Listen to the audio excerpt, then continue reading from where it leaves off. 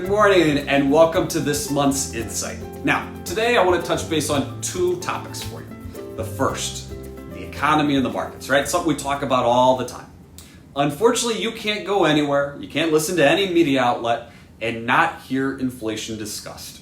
So in early May, the narrative was about a recession and inflation at 40-year highs. The markets corrected because of this about 6 to 9% on some of the indexes. Then the last week of May here saw a strong recovery of about 6 to 7%, again, depending on which index you look at, with the S&P up 6.62% the last week of May alone. Now, I say this as I've learned that the markets and investor sentiment can change drastically overnight. So we're going to continue to keep an eye on inflation numbers. But there are signs that inflation could have peaked and some of that optimism starting to come back into the markets and to investors. The second item here, midterms. November's coming around. Now it's pretty crazy to think about, but in 5 months, we're going to have midterms again. And you're already hearing a lot of candidate advertising. So, now why is this important? Well, the markets pay attention to elections, and the midterms will decide who controls the House and the Senate the next 2 years. So a lot can change in 5 months, right? As we've seen what's happened the last 5 months in our economy.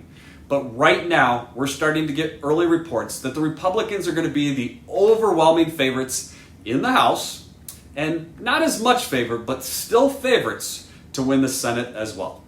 So what does this mean? It means for the next 2 years that every piece of legislation reaching the president's desk will need bipartisan support. Now, this is really significant, all right, because it means that some temporary gridlock, which the markets tend to like, in many areas of public policy, which means that there's going to be no new entitlements.